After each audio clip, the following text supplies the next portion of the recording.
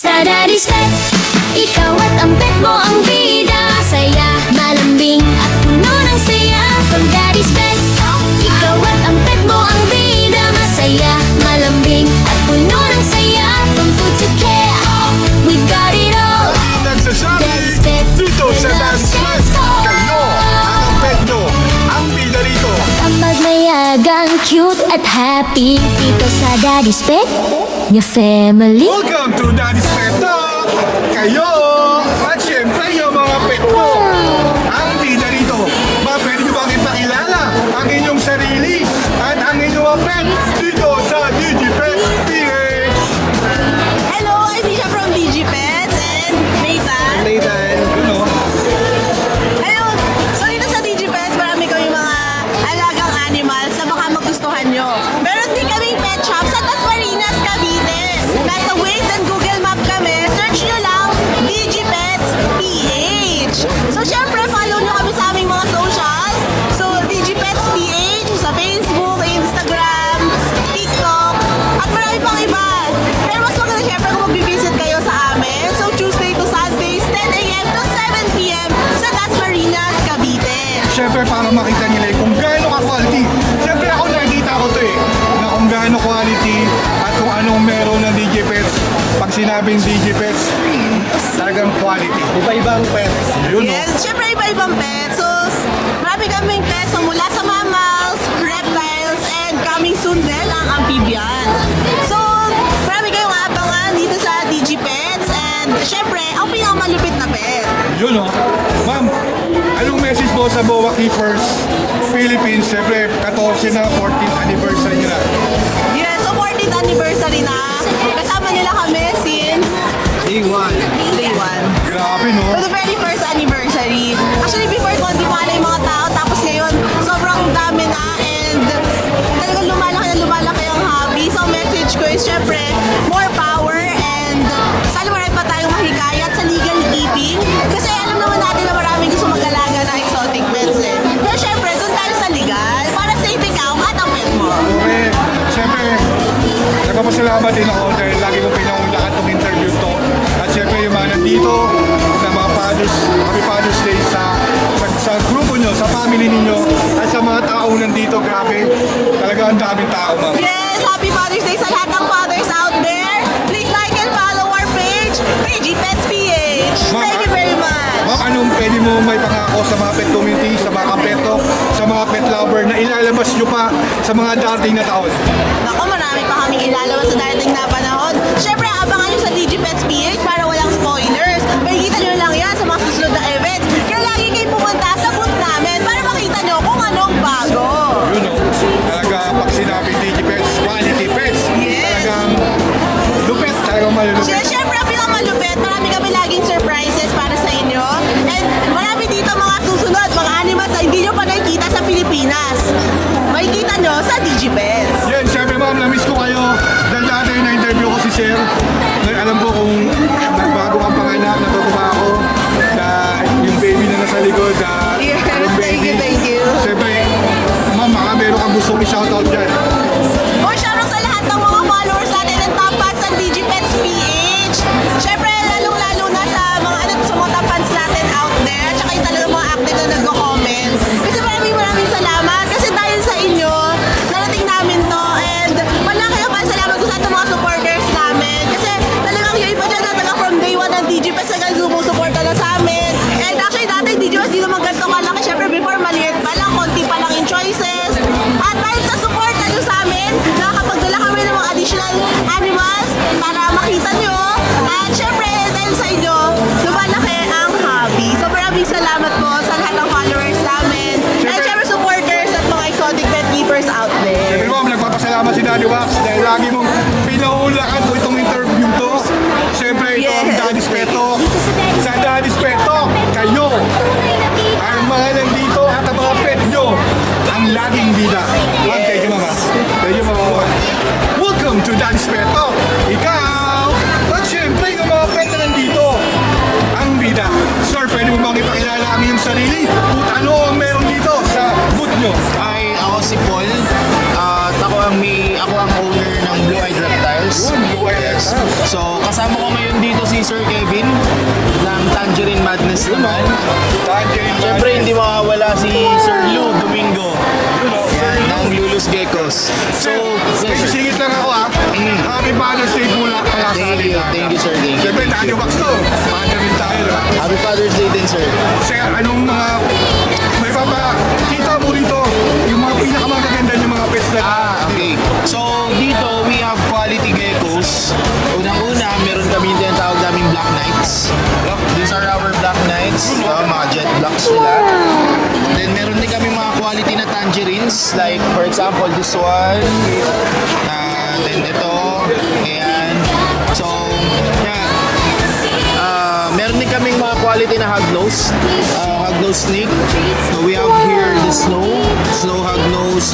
Meron kaming twin spot na Arctic Conda. Then, ayan. So, meron din kaming scorpions. So, this is the Asian Forest Scorpion.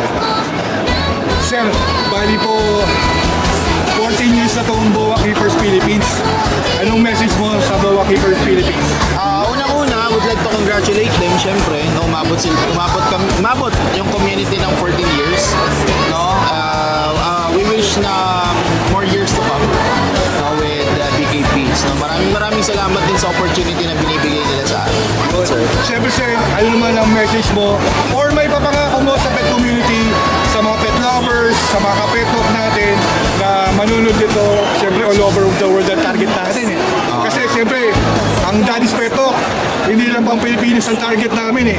Siyempre ang target namin, may All over. pagmalaki. Kung Worldwide, anong meron na yes. sa Pilipinas, hindi tayo nationwide, worldwide.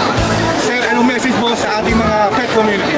Ang message ko lang naman sa pet community, kami as breeders, no, we are always striving naman to make the community better, no, and nakakatuwa lang kasi sobrang iba na ng community ng reptile, ng exotic pet community, masyado nang malaki, no, nakakatuwa na hindi na siya kinatatakutan.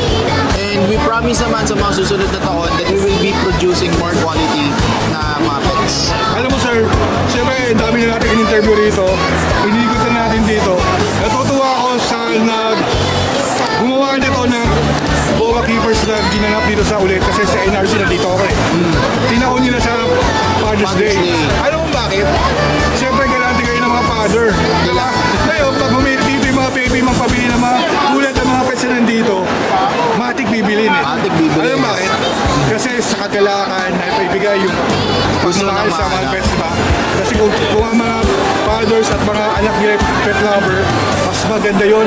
Maaga pa lang at murang edad, nagkakaroon na sila ng sense of responsibility. Tama, yes sir. Sir, pero kapag gusto ko i-shoutout dyan, Shoutout syempre, actually, shoutout sa asawa ko, kakakasal ko lang. yun o! 2 weeks ago. Yun o! Yan.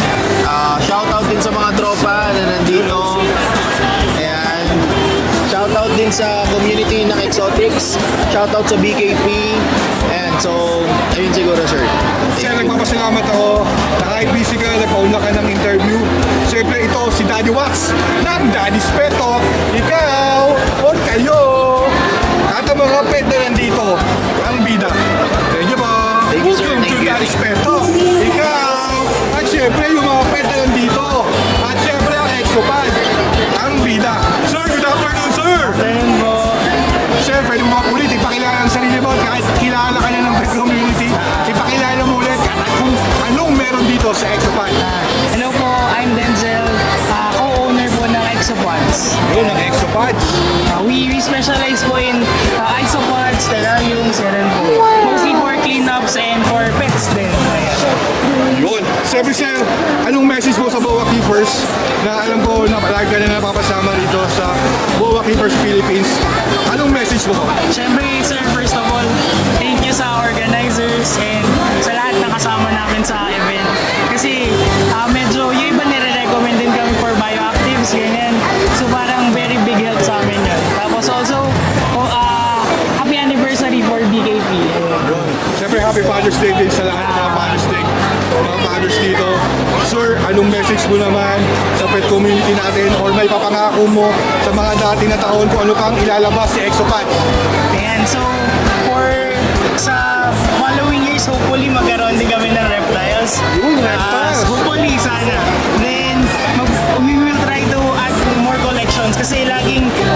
discovery sa Isopods eh. Lagi may bagong morphs na nadi-discover. So, hopefully magkaroon tayo ng bago soon.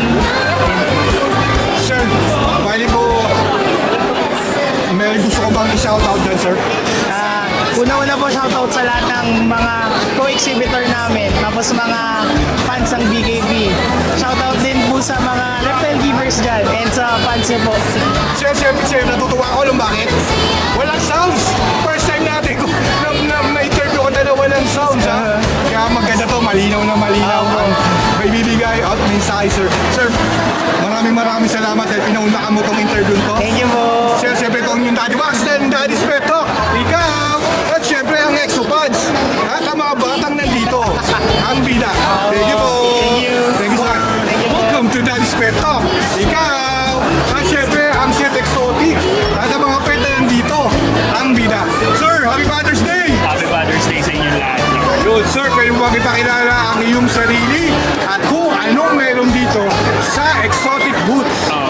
Si Ray yung may-ari ng Set Exotic. So, marami kang makikita ditong variety of animals. So, meron tayong Tegu, Argentine Tegu, Agnos, California King, Corn Snake, Ball Python, Milk Snake, tapos meron din tayo dito mga Blue Tongue King, tapos mga dark red na bearded dragon. So meron din tayong mga high mutation na iguana.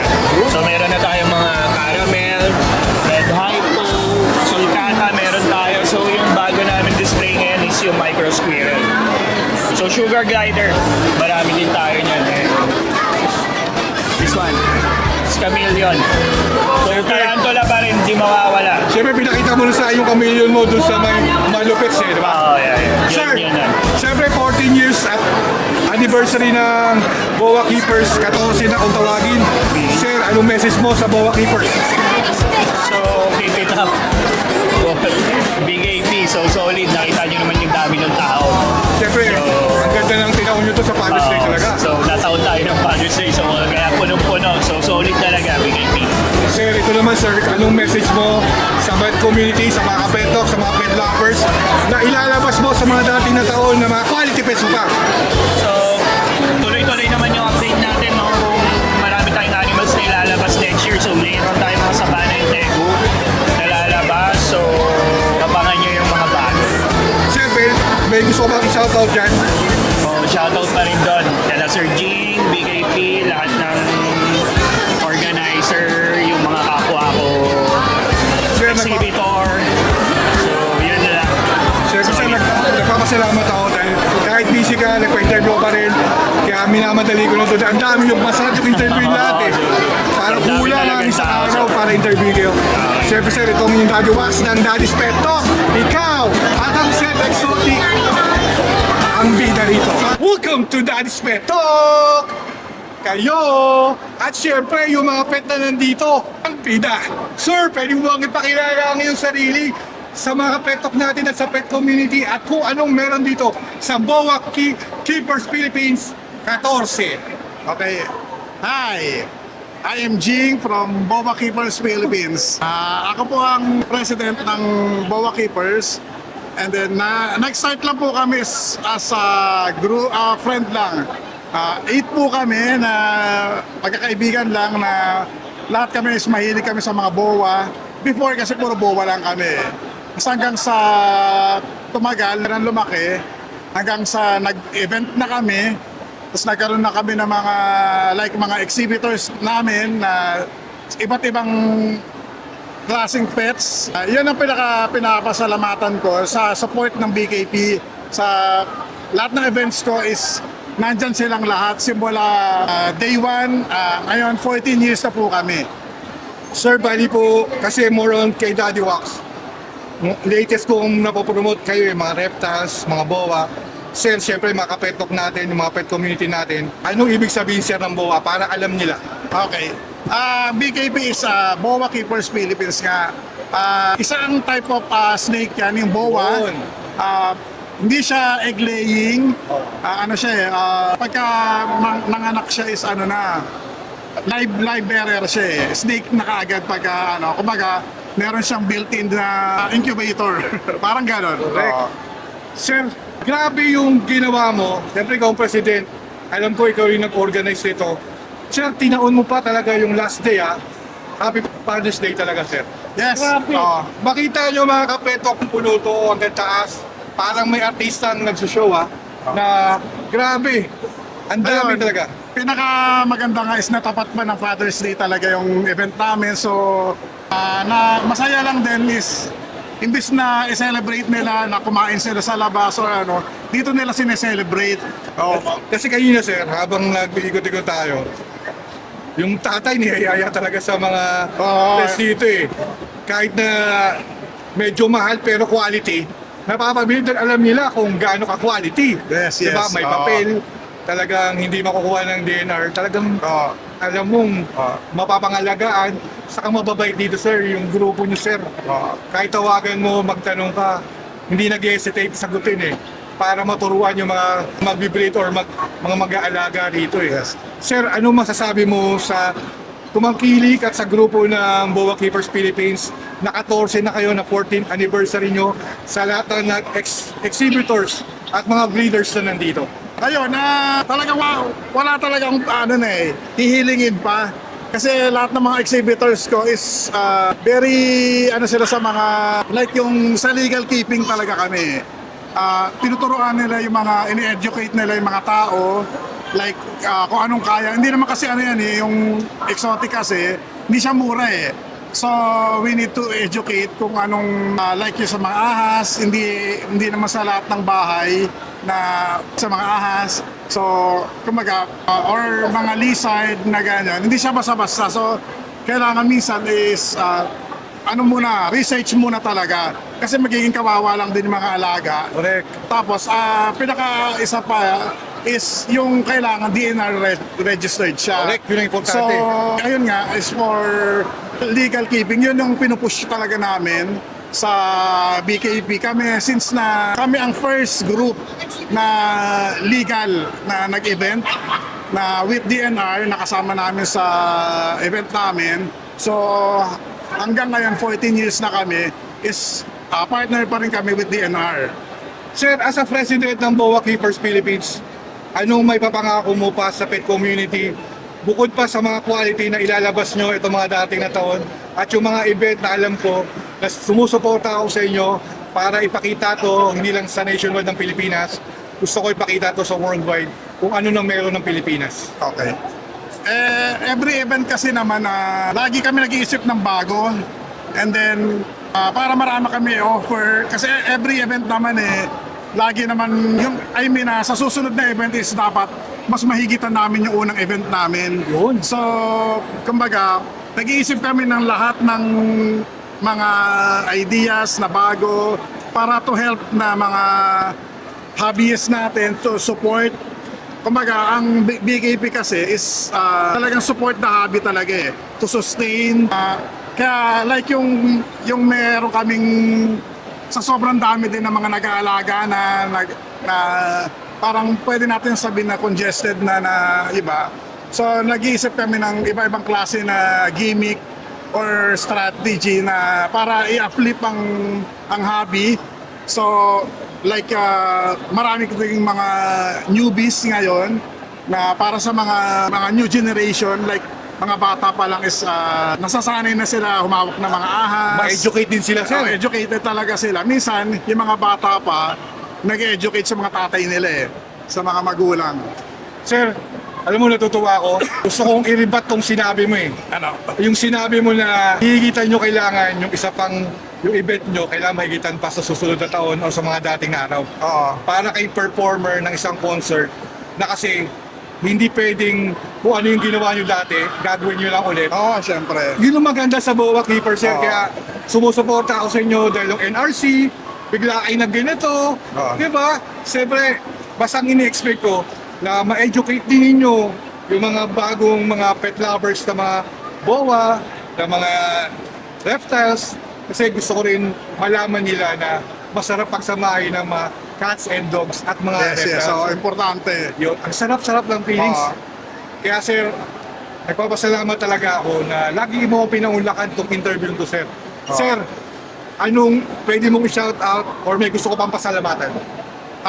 Talaga nagpapasalamat lang naman ako sa mga exhibitors ko eh. Tsaka, siyempre, yung mga attendees. Kung wala rin naman lahat ng exhibitors tsaka mga attendees natin is wala rin kami. Kumbaga kayo yung bumubuo sa amin, mga tumutulong. Kaya lalo namin pinapaganda para sa inyo to sa lahat, hindi para sa amin. Kumbaga, support the hobby. Talagang yun ang number one talaga. Na para hindi matakot yung mga tao, kumbaga i-educate natin sila lahat.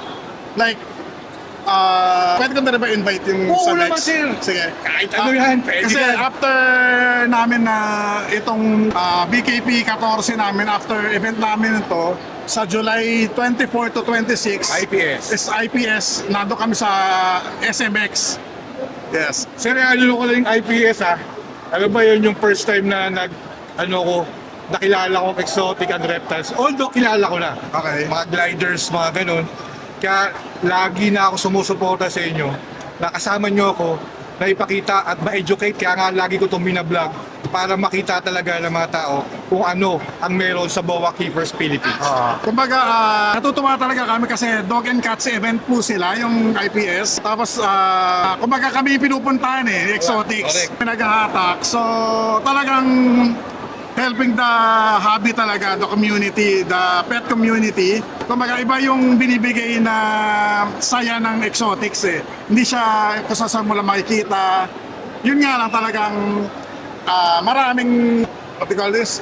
Makakunan. Hindi. Kumbaga, kailangan research talaga. Correct. Ito naman sir. Importante. 100% research. Kasi magiging kawawa lang siya kung hindi mo alam sila alagaan, yung proper way of handling and keeping. Siyempre, ayaw naman natin na mamatay na lang sila dahil sa pag-alaga na hindi natin alam yung ano. So important kasi research muna kung kaya nyo. Yun yung 100% talaga na kailangan research muna. Sir, pero gusto kong pasalamatan yung mga nandito. Grabe, parang box office talaga yung mga nandito po. Ano mga gusto kong pang sabihin para sa kanila yung mga kumakaway dyan sa mga gilid na yun. Mga talagang fans ng Boa Keepers Reptiles. Yun talaga, nagpapasalamat talaga ako sa lahat ng mga pumunta dito. Sila yung mga number one supporters ng BKP eh. Kumbaga kung wala ang pumupunta, wala ang BKP. Yun lang naman. Talaga maraming salamat. Siyempre sir, isang kanangalan. Meron pa ako nakita na gusto ko i-future. Siguro pag 15 years na kayo, gusto ko i-future kung paano talaga nagsimula, ikwento mo para at least malaman ng buong mundo kung ano talaga yung Boa Keepers. Ang sarap mong kausap sir. Alam ko kung ano yung gusto mong ipalabas sa nationwide, sa Pilipinas, sa mga sa pet lover na maging aware, mag-research na hindi lang mga dogs and cats ang pwedeng mahalin. Mga exotic, mga boa, mga reptiles, sir. Nagpapasalamat talaga ako sa iyo, sir. Maraming salamat na rin sa inyo. Siyempre, sir, ulitin ko, sir. Okay. Ito, si Daddy Wax ng Daddy's Pet Talk. Sir, ikaw, at ang Boa Keepers 14, ang bida rito. Sir, thank you so much, sir. Thank you. Thank you.